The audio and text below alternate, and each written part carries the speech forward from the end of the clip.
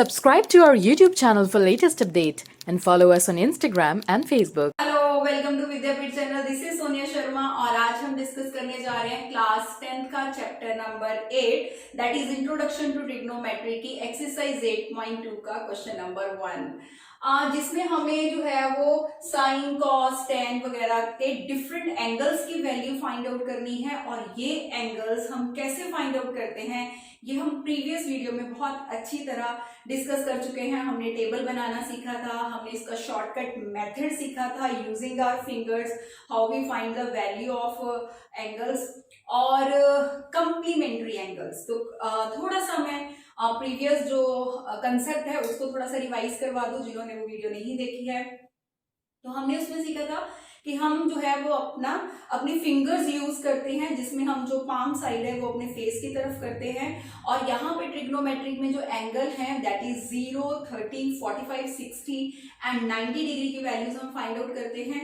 और 0 बिकॉज सबसे छोटा एंगल है तो हम सबसे छोटी फिंगर से ही यूज करेंगे। देन 30, 45 जो कि हमारी मिडल फिंगर है, index finger that is 60 and thumb is your 90 degree.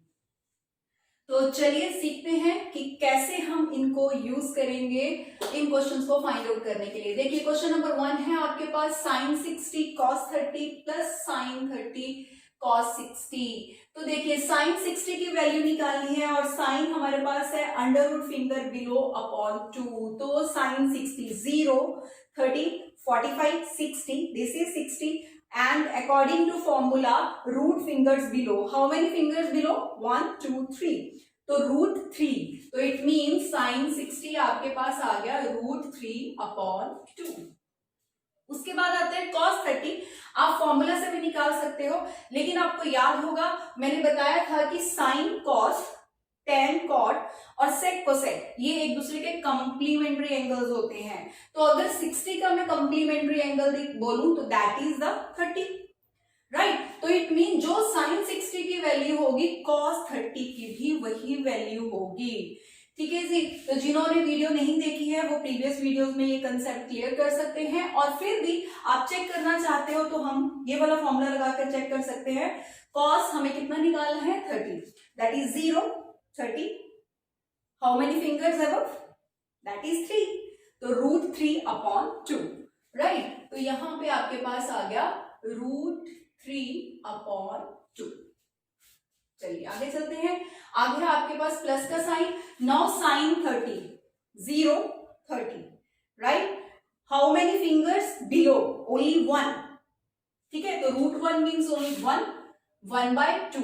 अब यहाँ पे फिर से कॉम्प्लीमेंट्री आ गया तो हमें जो है वो फॉर्मूला लगाने की जरूरत नहीं है। हमें पता है जो साइन 30 की वैल्यू होगी वही कॉस 60 की भी वैल्यू होगी, राइट। अब यहाँ पे मल्टीप्लिकेशन है तो रूट 3 आपके पास 3, 2 इंटू 2 4 हो गया और ये आपके पास 1/4 हो गया।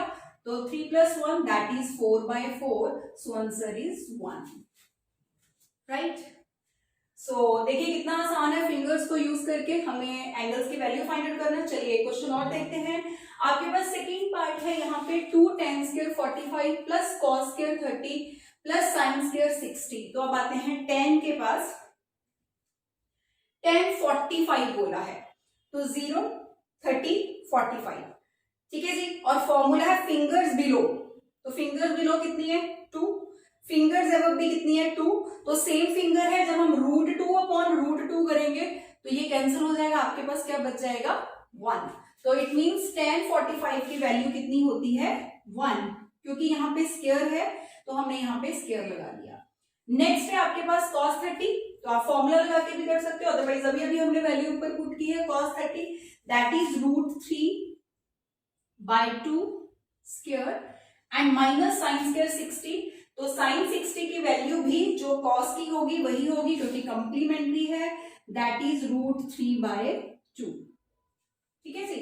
1 का स्क्वायर तो 1 ही रहेगा तो यहाँ पे 2 आ गया।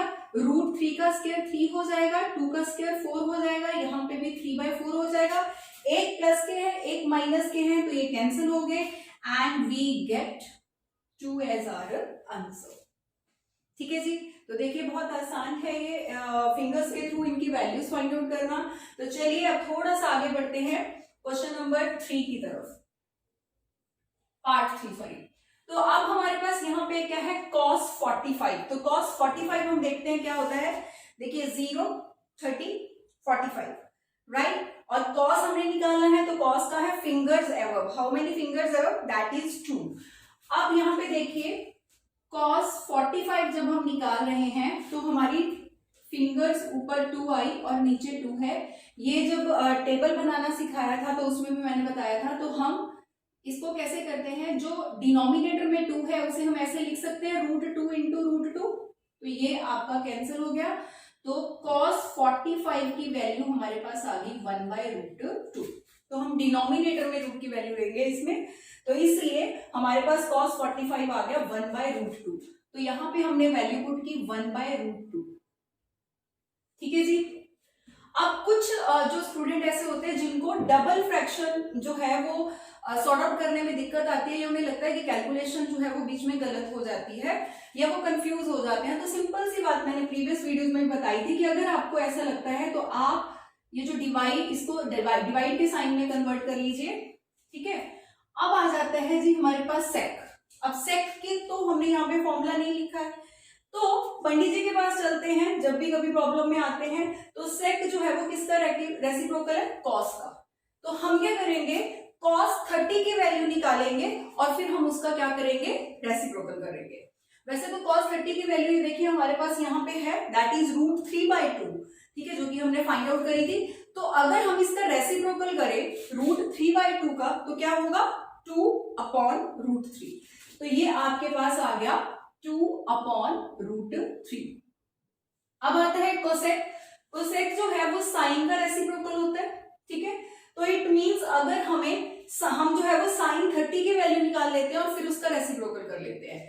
तो यहाँ पे देखिए हमने साइन 30 की वैल्यू निकाली थी, दैट इज 1/2। और जब हम इसका रेसिप्रोकल करेंगे तो वो क्या हो जाएगा, 2/1। तो दिस इज 2/1। ठीक है जी। तो ये आपके पास आ गया 1/√2। यहाँ पे एलसीएम ले लेते हैं, √3 आया और ये आपके पास 2 और ये 2√3 आ गया। ठीक है जी। डिवाइड के साइन को हम क्या करते हैं, रेसिप्रोकल में कन्वर्ट करते हैं। तो √3 ऊपर आ गया न्यूमिनेटर में और 2√3 डिनोमिनेटर में आ गया। अब हम अगर इसे मल्टीप्लाई करते हैं तो दैट इज 3 √2, 2 इंटू √2 तो 2√2।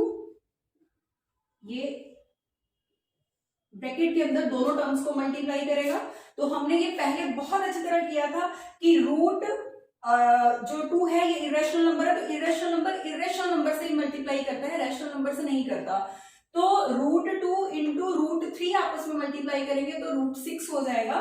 तो ये आपके पास आ गया √6।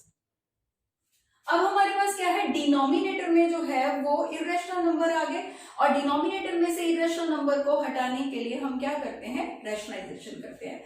तो चलिए करते हैं। हमारे पास आया √3/2√2 प्लस 2√6। हमने रैशनलाइजेशन किया। रैशनलाइजेशन करते वक्त हम क्या करते थे, जो भी डिनोमिनेटर है एज इट इज लिखते हैं, जो भी यहाँ पे साइन होता है उसके साइन को क्या करते हैं, चेंज करते हैं। क्योंकि यहाँ पे पॉजिटिव साइन है तो यहाँ पे हमने इसे नेगेटिव साइन में कन्वर्ट कर लिया और न्यूमिनेटर और डिनोमिनेटर दोनों को उससे मल्टीप्लाई किया। ठीक है जी। तो अब न्यूमिनेटर में √3 इसी तरह इसको भी मल्टीप्लाई करेगा और इसको भी मल्टीप्लाई करेगा। तो आपके पास क्या आया, अगेन इरेशनल नंबर सिर्फ इरेशनल नंबर को ही मल्टीप्लाई करेगा।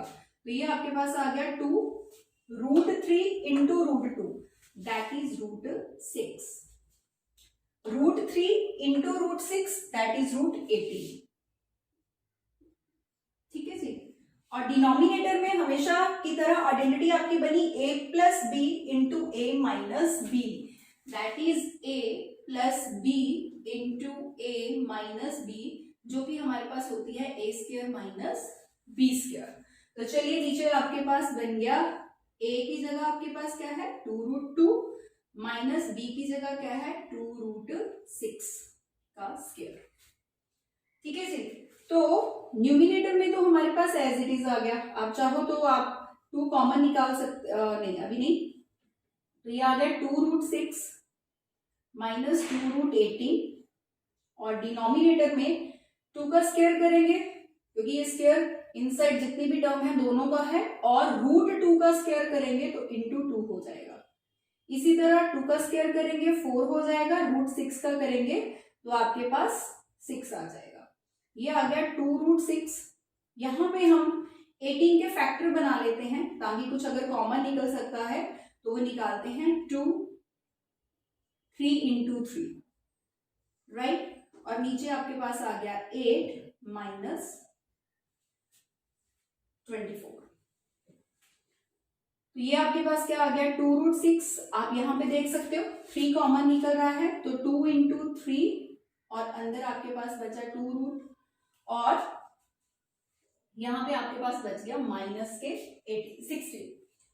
अब ऊपर जो है वो 2 हम कॉमन निकाल लेते हैं, यहां पे बचा √6 माइनस 3√2 और डिनोमिनेटर में आपके पास है माइनस के 16, ये कैंसिल हो गए, माइनस 8 आ गया। हम नेगेटिव को न्यूमिनेटर में ले जाते हैं तो -6 माइनस 3/3√2 अपॉन 8 आ गया। नेगेटिव को अगर हम अंदर मल्टीप्लाई करेंगे, लेके जाएंगे तो नेगेटिव अंदर के साइन क्या हो जाएंगे, चेंज हो जाएंगे, √6 माइनस के हो जाएंगे और -3√2 जो है ये प्लस के हो जाएंगे। तो ये आपके पास बन गया -√6 प्लस 3√2 अपॉन 8। तो इसको हम अगर हम रीअरेंज करें, पॉजिटिव वैल्यू को पहले लिख दे तो ये आ जाएगा 3√2 minus √6 upon 8। So this is your answer. तो आई होप आपको कंसेप्ट क्लियर हो रहा होगा। तो चलिए अब चलते हैं नेक्स्ट पार्ट की तरफ। So this is part 4, that is sin 30 plus tan 45 minus cosec 60 upon sec 30 plus cos 60 plus cot 45। तो sin 30 कितना होता है हमारे पास 030, that is finger below, that is √1, तो √1 1 ही होगा अपॉन 2। tan 45 हमारे पास कितना होता है fingers below upon fingers above, √2 upon √2 cancel हो जाएंगे तो आपके पास यहाँ पे 1 बच जाएगा। अब आता है कोसेक की वैल्यू हमें फाइंड आउट करनी है। तो कोसेक किसका रेसिप्रोकल है, साइन का। इट मींस हमें साइन 60 की वैल्यू निकालनी है और फिर उस वैल्यू को हमने क्या करना है, रेसिप्रोकल कर देना है। तो साइन 60 कितना होगा आपके पास, फिंगर्स बिलो, राइट। तो फिंगर्स बिलो मतलब √3/2, तो √3/2 का जब हम रेसिप्रोकल करेंगे तो वो क्या बनेगा आपके पास 2√2 अपॉन √3।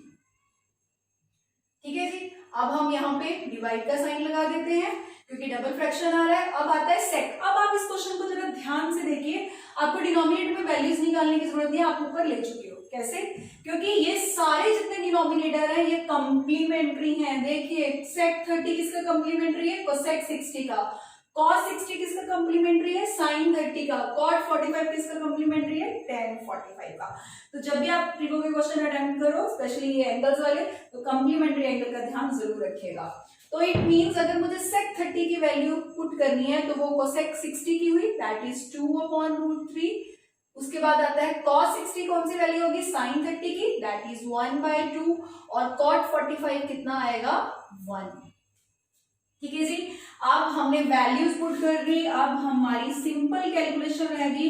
तो यहाँ पे हमने एलसीएम लिया, ये हमारे पास आ गया √3, दैट इज 2√3 और ये आपके पास बन गया 4। और उसी तरह यहाँ पे भी आपका जो एलसीएम है वो 2√3 ही आया, यहाँ पे आपके पास 4 आ गया, यहाँ 3 आ गया और यहाँ पे आपके पास 2√3 आ गया।